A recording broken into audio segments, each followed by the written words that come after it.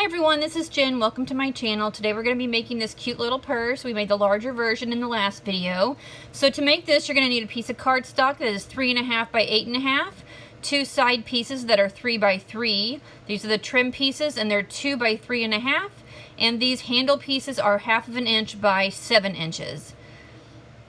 And this one little piece here, I just used my 1-inch paper punch and I punched out a little image from one of the other pieces of paper in my Halloween paper pack.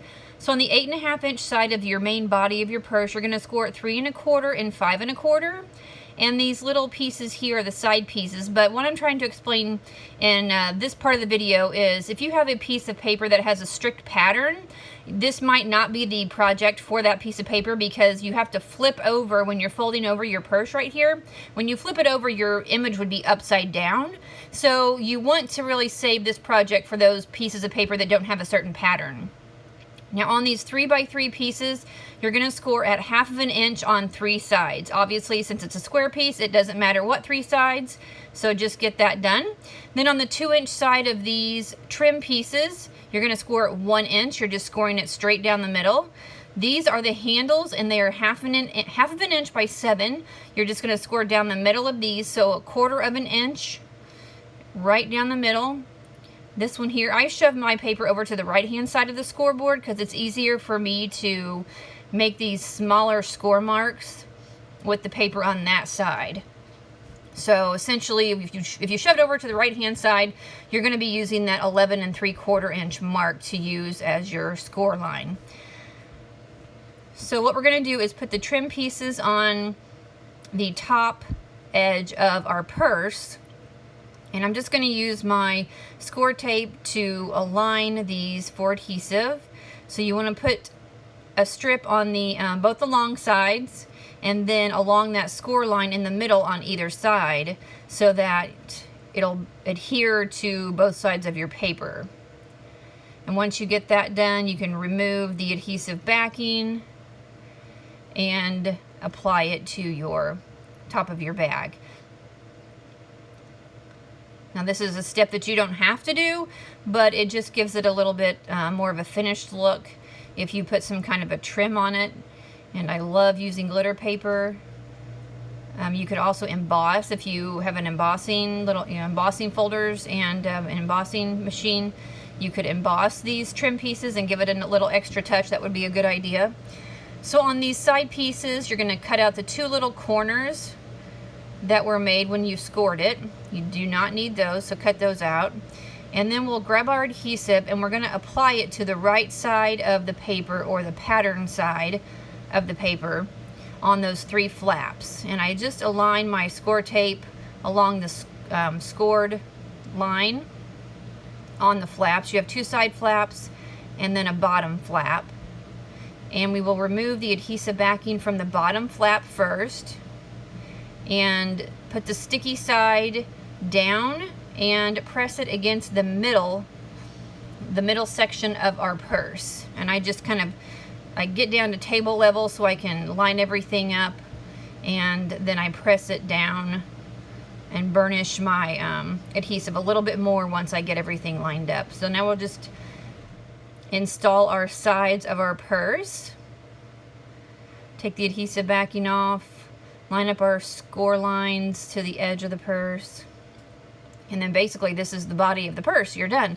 You can take your fingers, press in on the sides, and that will give you your crease that you need to bring the front and the back together. And then at this point you can decide what you want to do for handles. We're going to do the paper, obviously, but if you wanted to punch holes and do some ribbon, or you could glue ribbon on or something like that to do handles, you could do that as well. I'm taking my 1/2 inch by 7 inch piece here, and I'm just lining it with 1 strip of adhesive because I'm going to fold it on over itself because I want that glitter to be on both sides, the inside and the outside of my handle. So I'm just going to fold that over on itself, and then we've made a 1/4 inch little strip that we're going to use for our handle. Like I said, ribbon would do the same thing. You're not going to have the rigidity, or it's not going to be as rigid as using paper, but it would give you a different look, and it would work just as well as far as having a handle on there.